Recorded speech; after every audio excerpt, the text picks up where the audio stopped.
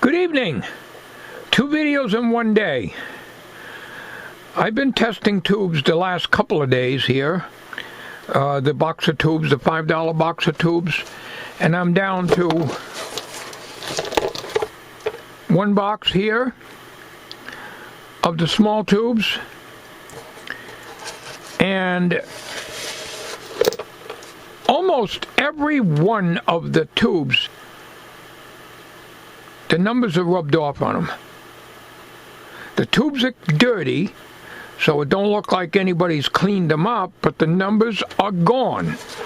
Here in this box are 1.4 volt tubes.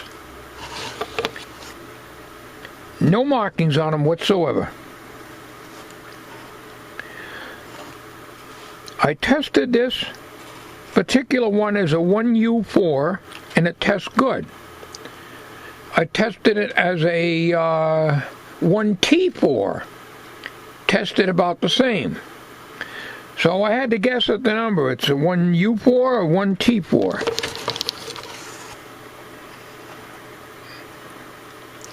No markings on any of these tubes. I tried every trick in the book. Could not get it. LED on an angle, the light, that does nothing. All it does is give me a lot of glare. I couldn't do anything with that. So I use my microscope here, iLope, whatever you call it. And if the number's not there, I don't care how much magnification, it's just not there. Here is 117Z3. I can't test it on this because it only goes up to 50 volts. And yes, I can get one of my old, I could probably get the Night Tester 600, I think it would test it. But I'm not going to drag it out just for this one tube. I had that out yesterday, but I found this in this box today. Here is another 1.5 volt tube, absolutely no numbering on it whatsoever. Here's another one, absolutely no number on it whatsoever. Here is a 9-pin tube, absolutely no number on it.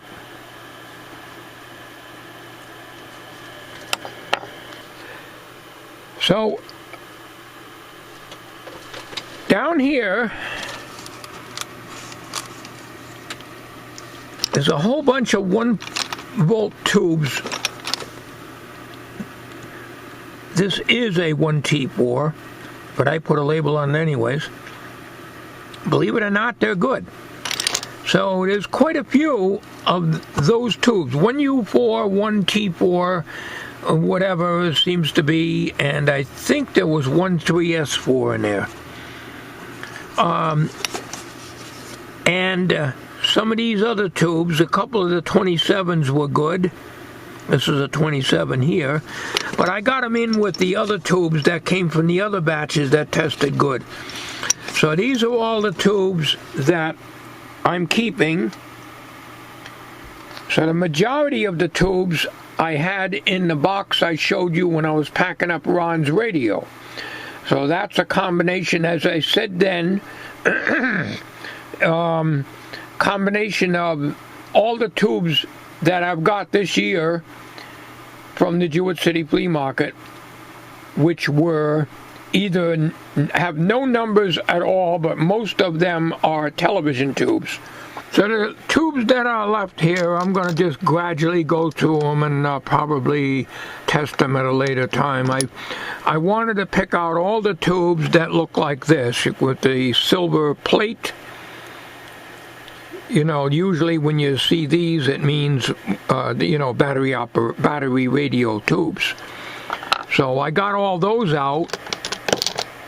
And the rest of these, there's some 12A T7s in here, and so forth. And there may even still be some television tubes. This is a 6BU8. It's probably a television tube. So what I'll probably do is just leave these for now. I have no idea why there's red paint on the top of this. Let me get back to you. Let me look at the number if there is one. I don't know. I don't see it. AF4A Could be a 6AF4.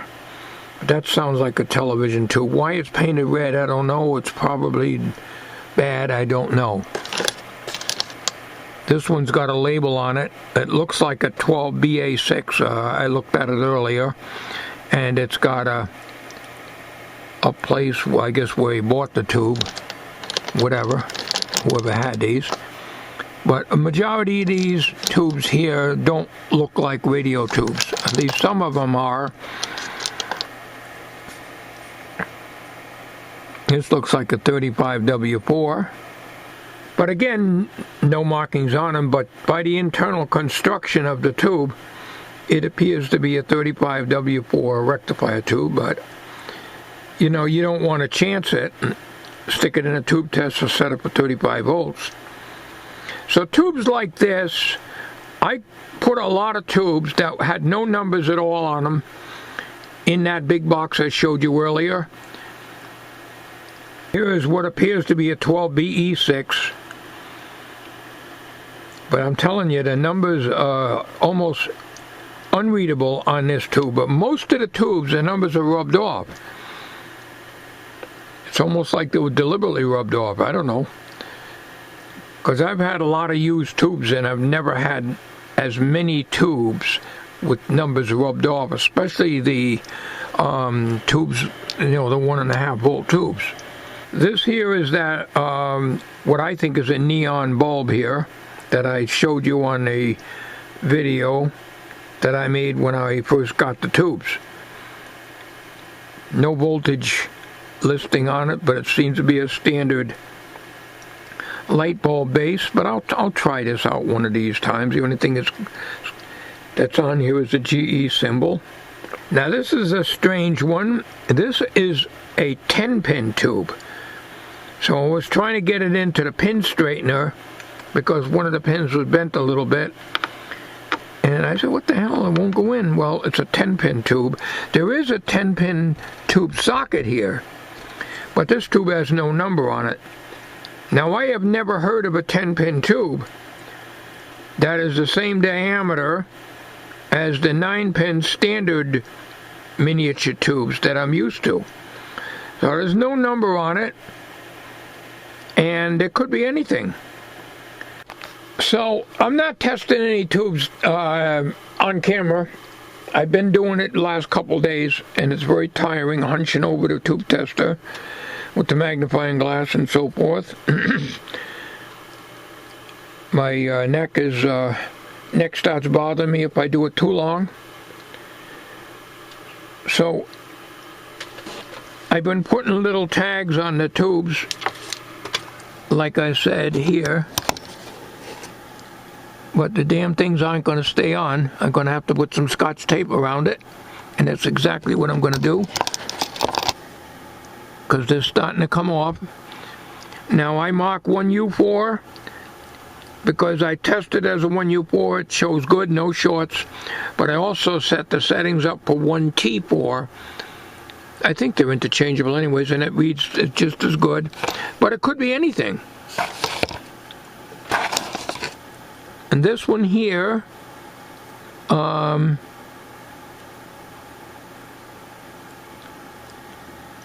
have a tag on it, but as I recall, I tested as a 1T4. So that's all I'm going to do on this. I wanted to give you a report on the tubes. I would say there were very few bad ones. There were some dead ones. There was some very weak ones, there were some shorted ones, but not all that much. I've got them in here in the trash, but not all that much at all. So except for having so many television tubes, I still did real good because I must have got at least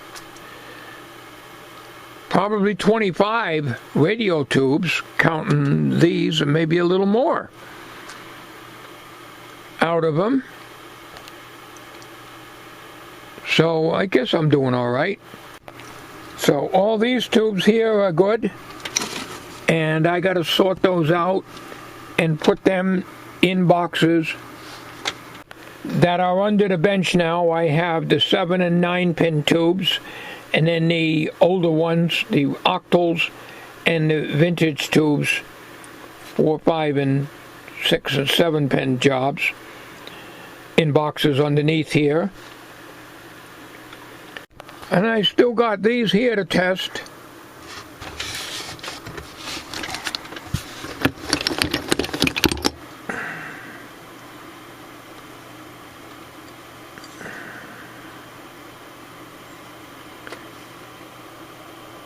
There's a 2050 Thyratron.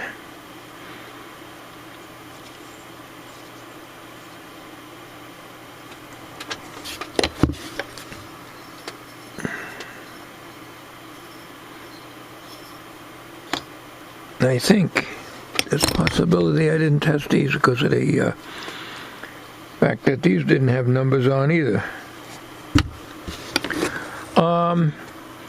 In that box of tubes, there was another metal